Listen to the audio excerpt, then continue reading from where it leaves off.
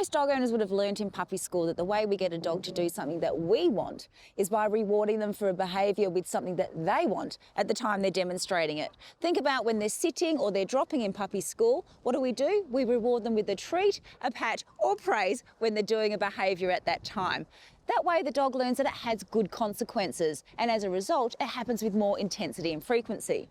This brings me to a common problem behaviour though that we often therefore face, is when we accidentally reinforce a behaviour that we don't want without even realising. We call this inadvertent reinforcement. An example of this is, say when our dog is barking at us or when they're jumping up at us, often what we do is we bend down, we touch them, and what have we given them? Exactly what they want, your attention. Keeping this in mind, that's why it's really important to set the boundaries early as possible with our puppies. Even with older dogs, if you don't want them to be doing a behaviour, then make sure you're not reinforcing it without realising it. Set the boundaries nice and early and be consistent with them. Treats are a great way to do this because when your dog is at home just day to day, you don't just have to use them in obedience training. You can have some little treats on hand, and then that way when they are displaying a behaviour that you want, nice calm sitting around, for example, you could give them a treat then by marking that behaviour, and that's the kind of stuff that you're going to see more from them because you're really marking and rewarding that.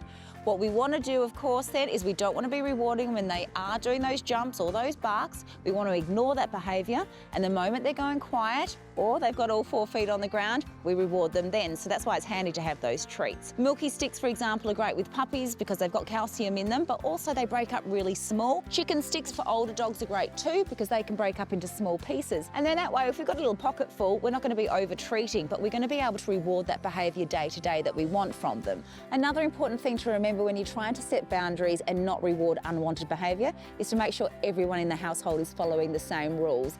So if you don't want your puppy to be jumping up on the couch as an older dog or up on you, then you really shouldn't be encouraging it when they're a puppy. Again, it's really important that when we're using treats to reward our dogs, that we're not giving them more than 10% of their total calorie intake. We want to be responsibly treating for that good behaviour.